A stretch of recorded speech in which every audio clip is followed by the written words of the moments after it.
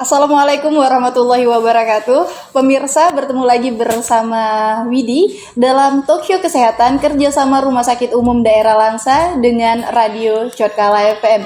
Dan seperti biasa, saat ini Widi berada di RSUD Langsa, tentunya bersama salah satu narasumber yang sangat spesial pada hari ini, karena kita sedang bertepatan pada bulan suci Ramadan, dan tentunya kita akan membahas hal-hal seputar dengan puasa. Untuk itu, langsung saja kita sapa narasumber kita, yaitu Dr. Indah Maulidawati, spesialis penyakit dalam. Assalamualaikum dokter. Waalaikumsalam warahmatullahi wabarakatuh. Wah, walaupun puasa kelihatannya narasumber kita semangat banget untuk memberikan pesan-pesan kesehatan pada hari ini ya dok. Harus dong, harus. Oke. Ya, harus tetap semangat. Siap, baik. Alhamdulillah, terima kasih dokter.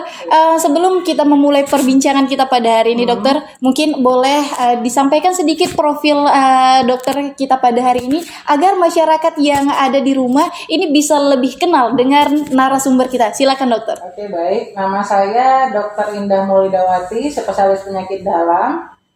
Saya sudah bertugas di Rumah Sakit Umum Daerah Langsa sudah lebih kurang 6 tahun, ya.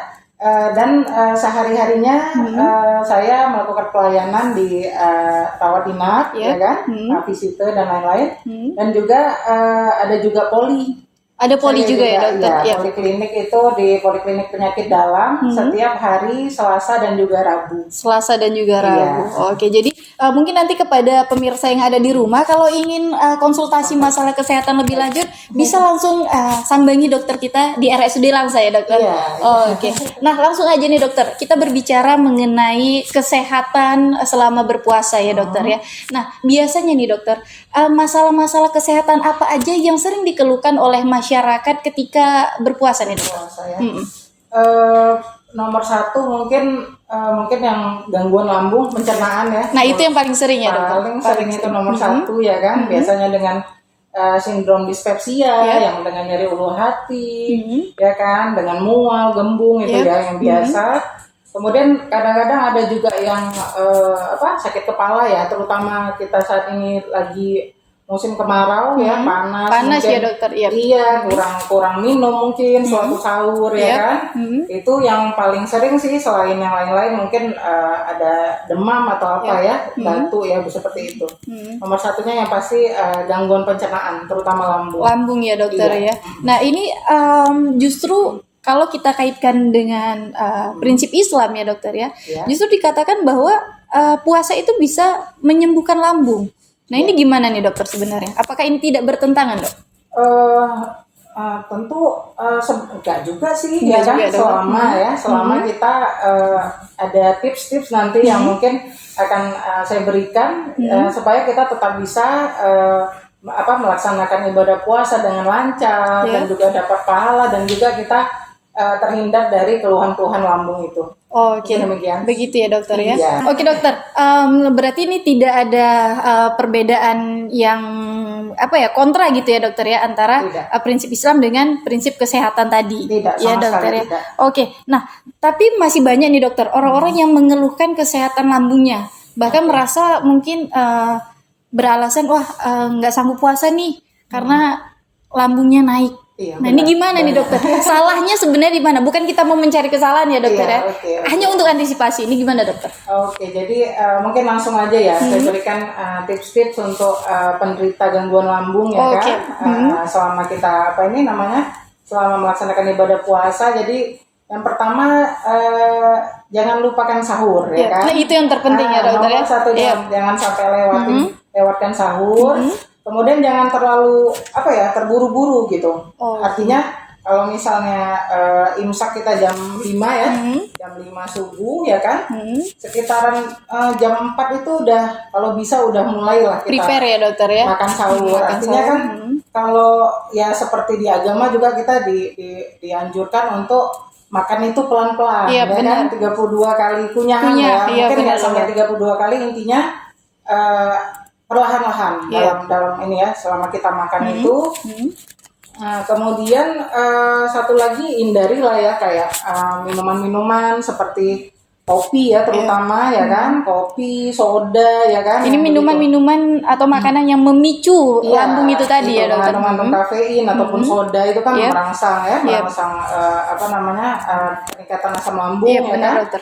Kemudian satu lagi ya kalau sudah berbuka ya segera kan ya Iya. kan. Dan itu pun harus dalam porsi kecil dulu, mungkin ya dengan kurma dulu atau kue-kue kecil dulu ya kan. Dan tetap dengan perlahan-lahan, jangan cepat-cepat makan. Jangan buru-buru ya dokter. Bahkan betul. ketika kita tidak berpuasa aja dianjurkan untuk makan Iya, pelan-pelan ya iya. dokter. Apalagi ini dalam keadaan puasa perut kosong. Iya, Oh, harus dia biar tidak terkejut ya kan. Iya benar. Oke. Nah ini menarik ya pembahasan kita karena memang mungkin ini yang selama ini jangankan masyarakat di rumah, mungkin Widi sendiri merasakan hal itu nih dokter. Iya. Ya terkait dengan kesehatan lambung. Nah kita sudah berbicara mengenai lambung nih dokter. Oke. Widi mau beralih sedikit nih, dokter. Nah kalau kita setelah sahur itu kebanyakan kan ada yang ya langsung tidur ya dokter ya. Banyak sih banyak. Banyak ya dokter ya. Muda ya. Iya, karena wah udah ngantuk, apalagi mungkin Iya. ibu-ibu yang bangunnya jam 3 habis Iya, masak capek ya dokter ya. Ah. Begitu selesai sahur dengan kondisi perut yang penuh itu Iya. langsung tidur. Apakah itu juga memicu kondisi kesehatan ketika berpuasa dokter? Sangat Jadi ya, dokter. memang intinya bukan cuma sahur ya, bukan cuma sahur, intinya makan sehari-hari juga kalau habis makan Langsung jangan tidur. langsung ya kan. Yep. Itu kan kerjanya itu kerja pencernaan itu mulai dari kita makan sampai dia ke lambung itu sekitar 2 jam ya. 2 jam ya Jadi dokter. kurang 2 jam ya kan. Jadi sebisa mungkin itulah tetap jangan tidur dulu Yep. habis sahur ya kan. Mungkin kalau tadi misalnya jam 4 kita udah makan, Yep. mungkin jam-jam habis subuh masih bisa sih. Yep. Setengah 6 ya kan, habis subuh setengah 6 kalau mau tidur boleh. Kenapa nggak boleh ya kan? Pertama kan kita habis makan nih, ya kan? Habis makan penuh perut ya kan? Begah ya Terus, dokter ya. Jadi sistem pencernaan juga kan tiba-tiba metabolisme waktu kita tidur itu kan menurun ya kan? Jadi makanan tertumpuk di lambung, di usus jadi lama ya kan? Jadi kemungkinan gas dan asam itu meningkat ya kan? Jadi aliran balik, mungkin pernah dengar GERD ya. gastroesophageal Iya, reflux itu seperti terbakar ya di dada, di tenggorokan ya. Itu ciri-ciri naiknya asam lambung tuh ya dok. Iya, itu nomor 1 yang paling kita takutkan kalau kita langsung tidur ya habis makan. Kemudian juga kan energi yang dihasilkan dari makanan tadi kan nggak terpakai, itu nanti lama-lama jadi lemak. Oh gitu ya. Harusnya pengennya puasa kurus malah nanti Kok makin puasa kok makin naik, nambah berat badan gitu ya dokter. Nah, gitu. Dan satu lagi isu sekarang kan mungkin udah pernah dengar juga bisa stroke katanya. Oh iya benar dokter. Ada kan? Nah, Iya. jadi Widi memang pernah dengar itu dokter. Ada dari penelitian di Yunani bahwa dia setiap 20 menit kita menunda untuk tidur setelah makan itu penurunan dari resiko stroke. Oh begitu. Jadi semakin lama kita tunda untuk tidur ya kan, itu semakin menurun resiko stroke. Tapi semakin cepat kita tidur setelah makan itu akan peningkatan stroke. Itu pun pasti kenapa ya dok? Apa hubungannya ya? Bener. Lambung sama otak gitu kan? Ini jauh dipikirnya gitu ya dokter.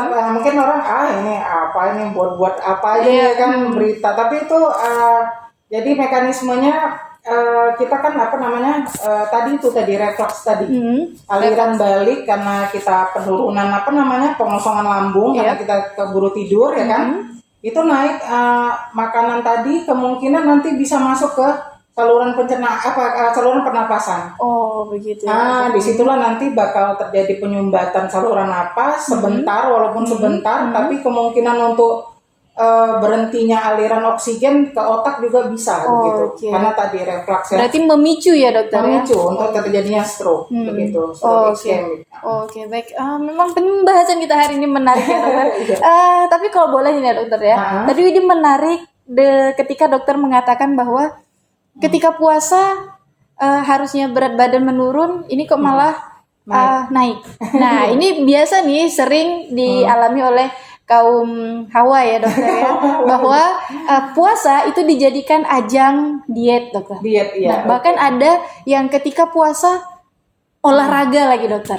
Oke. Nah, ini gimana nih dokter? Jadi kesempatan kan diet, olahraga agar berat badan turun. Ini Biar kalau cepet ya. biar cepet gitu. Jadi Iya, kayak betul. apa ya? Paket lengkap sekalian gitu kan Iya, dokter. Nah, iya, ini kalau dalam dunia kesehatan sebenarnya bagaimana nih dokter? Boleh nggak olahraga ketika puasa dokter? Oke, jadi memang momennya sebenarnya untuk kita umat Islam itu ya memang pas banget nih Pas. untuk apa ya Benar, menormalkan apa ya Berat bahkan badan. meluruskan ya Iya kan? bener dokter. Karena tadi kan dengan puasa juga energi kalori-kalori yang berlebih juga terpakai ya kan selama kita makannya nggak berlebih ya kan. Terus pertanyaan mengenai boleh nggak olahraga? Ya boleh-boleh aja. Boleh ya dok ya. Kan? Terutama kita yang maksudnya yang dewasa sehat ya boleh ya kan. Cuma ya olahraganya itu kalau bisa yang ringan dan sedang. Ringan dan sedang. Iya, jangan angkat berat ya kan, angkat barbel itu nggak usah ya kan. Jogging 100 kilo gitu. Oh jangan. Itu masih boleh sih jogging, tapi ya jangan terlalu diporsir ya dokter. Sekitar 20 sampai 30 menit ya kan. Terus kemudian jalan boleh jalan santai. Yep. Goes juga boleh. Goes nggak apa-apa ya dokter. Boleh, tapi jangan lama-lama. Sebaiknya itu sekitar setengah sampai 1 jam lah sebelum kita ini berbuka, itu waktu yang tepat untuk kita berolahraga. Oh bukan pagi hari ya dokter ya? Enggak, sebaiknya itu setengah jam sampai 1 jam sebelum kita berbuka. Iya, agar kan ya nanti lemes dong kalau terlalu lama jaraknya dengan berbuka. Kalau itu kan langsung kita terganti gitu ya energi. Karena setelah itu langsung berbuka puasa gitu ya dokter. Nah dokter, bagaimana nih ketika kita berpuasa, jangankan olahraga ya dokter ya, kita yang nggak olahraga aja itu sering dehidrasi dokter. Apalagi kalau udah puasa, olahraga, itu otomatis dehidrasinya pasti akan meningkat ya dokter. Iya betul. Nah ini panas lagi ya. Panas lagi. Nah jadi ini cara mengantisipasinya bagaimana dokter? Oke, jadi kalau untuk itu memang termasuk masalah kesehatan ya, yang sering itu dehidrasi ya kan, ya keluhannya nanti kadang pasiennya sakit kepala paling sering sih, ya kan, karena dehidrasi. Jadi kebutuhan cairan itu kan sekitar 30 cc per kilogram berat badan per hari. Per hari. Jadi kalau sekitar 60 apa namanya? 60 kilo ya, itu berarti sekitar kali 30 1.800 cc per hari. Per hari. Itu tuh sekitar 6 sampai 18 lah. 6 sampai 18. Iya, itu nanti bisa kita bagi-bagi kan. Misalnya kalau 18 tuh 1 gelas waktu bangun sahur gitu, bangun minum langsung minum gelas, ya dokter ya kan. Habis itu habis makan sahur 1 gelas lagi itu 2 gelas ya kan. Kemudian begitu azan maghrib tuh, ya kan? Nah, kita air putih dulu gitu. Air putih dulu bagusnya. Jangan air cendol dulu ya. Mungkin berat nanti ya kan, lambungnya terkejut ya. Terkejut. Kemudian habis sholat maghrib, habis itu kan kita biasa sholat maghrib, ya kan? Itu udah 4 gelas. Kemudian nanti habis makan utama, makan besar kita itu ya kan? 1 gelas lagi, habis itu 1 gelas lagi nanti habis tarawih, baru habis itu sebelum tidur juga ya kan, setelah isya juga bisa kan? Setelah isya, iya, setelah isya, setelah tarawih sama sebelum tidur. Oke, berarti jadi itu bisa 18 lah. Berarti memang benar-benar dirutinkan walaupun di siang hari kita tidak konsumsi air putih, gitu ya dokter masih ya? Cukup. Masih cukup. Jadi masih cukup ketika kita memaksimalkan di waktu-waktu yang dokter sebutkan tadi. Iya, gitu ya dokter. bisa, berarti tidak ada alasan saya lapar sih enggak tapi haus gitu ya gara-gara puasa. Jangan jadikan alasan puasa sebagai alasan gitu ya dokter. Betul. Nah oke dokter, secara spesifik nih ya dokter ya, ada nggak sih dokter makanan-makanan yang harus dikonsumsi atau dihindari ketika berpuasa dokter? Mungkin kalau yang dihindari yang dihindari itu kalau minuman ya sama ya kayak tadi untuk menghindari gangguan lambung itu pertama kali yang mengandung kafein ya kopi, kadang-kadang teh juga, kadang banyak orang yang ini juga ya nggak tahan di lambungnya dokter ya, bisa juga ya. Yang bagusnya sih air putih. Kemudian minuman dingin juga kalau bisa dikurangi. Nah ini yang susah nih dokter. Minuman dingin ya dokter ya. Kenapa ya kan? Mungkin kenapa sih ya kan? Selama nggak pilek mungkin kenapa dok? Kok nggak boleh? Artinya kan badan kita itu kan hangat ya, 37 derajat ya biasanya ya kan. Jadi kalau misalnya kita minum dan makan yang dingin itu perlu penyesuaian lagi di badan, disesuaikan dulu sama suhu tubuh. Jadi prosesnya jadi lama gitu. Jadi ya jadi gembung lagi, ya kan. Kemudian soda itu nggak boleh juga. Soda ya bikin gembung ya. Kalau makanan mungkin lebih biasa ya, ke pedas, pedas jangan ya kan. Kemudian yang asam-asam ya kan. Dan yang terlalu manis juga nggak boleh. Nggak boleh ya dokter ya. Iya. Jadi sama kayak santan satu lagi. Santan. Yang lemak-lemak. Yang lemak. Iya kurangi. Ini kenapa yang enak-enak nggak boleh semua ya dokter kayaknya? Sebenarnya boleh, cuma jangan terlalu banyak. Iya. Gitu. Dalam porsinya tentunya dalam dokter porsinya, ya. Oke. Nah dokter. Ini kalau kita berbicara mengenai kesehatan secara lebih serius ya dokter ya, tentunya bisa kita bilang penyakit yang sering diderita oleh masyarakat Indonesia secara umumnya ini ada penyakit diabetes ya dokter ya. Paling banyak ya dokter ya. Jadi ini berdasarkan request dari pemirsa yang ada di rumah juga ingin menanyakan langsung kepada dokter. Ini sebenarnya kalau orang diabetes berpuasa itu gimana sih dok? Oke. Orang diabetes boleh ya kan? Boleh. Selama tadi ya, maksudnya sebelum memasuki bulan puasa ya sebenarnya bagusnya konsultasi dulu. Artinya kita sebaiknya kontrol dulu. Kalau pasien-pasien yang malah sering nggak stabil, terlalu rendah gulanya atau terlalu tinggi juga itu juga kita anjurkan jangan berpuasa dulu ya kan. Begitu ya, tapi selama dia stabil boleh. Bahkan hipertensi juga boleh nih dokter. Boleh ya dokter. Boleh. Selama ya ada ininya juga yang tidak ada komplikasi lah misalnya. Misalnya ada gagal jantung kan sama tuh baik hipertensi maupun diabetes komplikasinya bisa ke jantung ya. Dan juga ke ginjal. Itu yang kita garis bawahi itu yang perlu diwaspadai lah. Untuk pasien-pasien seperti itu mungkin kita perlu perhatian khusus gitu untuk cara apakah mereka boleh apa enggak gitu berpuasa. Tapi selama nggak ada komplikasi yang berat seperti itu boleh. Untuk obat-obatan mungkin nanti konsultasi dulu ya. Tetap kembali lagi pada dokternya ya dokter. Oke. Nah dokter, mungkin untuk kasus selama ini yang terjadi di RSUD Langsa nih dokter, keluhan-keluhan pasien selama berpuasa ini apa nih dokter yang sering muncul dokter? Nomor 1 lambung. Lambung memang ya dokter. Dengan segala komplikasinya. Nyeri ulu hatinya, mualnya, gembungnya, bahkan mungkin mencret, juga sembelit ya. Sembelit termasuk komplikasi tadi itu juga itu yang langsung tidur itu. Langsung tidur jadi sembelit ya dokter. Sembelit juga ya. Makanya kelihatan sepele ya dokter ya. Kan bisa jadi sembelit. Karena kan dia lama di dalam mengendap ya dokter. Jadi air yang di makanan kita banyak diserap sama usus. Jadi jadi fesesnya jadi keras biasanya, jadi susah kan. Nah ini hal-hal sepele yang memang sebenarnya harus diperhatikan dengan seksama ya dokter. Nah oke dokter, mungkin terakhir nih dokter, ada nggak dokter saran-saran atau masukan dokter secara umum kepada masyarakat yang ada di rumah agar lebih aware dengan kesehatan dirinya selama berpuasa? Silakan dokter. Oke, jadi nomor satu itu air, cairan memang seperti tadi udah saya ungkapkan tipsnya bagaimana supaya cukup ya kan. Itu nomor 1 cairan, cukupi cairan. Kemudian jangan lupa sahur ya kan. Sahurnya jangan di situ mau imsak, di situ bangun ya kan, makan buru-buru. Atau bangunnya setelah imsak baru bangun. Gak boleh ya. Pokoknya makannya perlahan-lahan ya kan. Kemudian berbuka juga jangan langsung makanan berat ya kan. Boleh dengan kurma dan air putih ya kan. Dan juga kue-kue takjil yang ringan-ringan dulu. Kemudian tetap beraktivitas seperti biasa ya kan, termasuk olahraga ya kan. Jadi badan lebih fit ya kan. Kemudian makanan-makanan tadi yang nggak boleh ya ada seperti asam, pedas ya kan.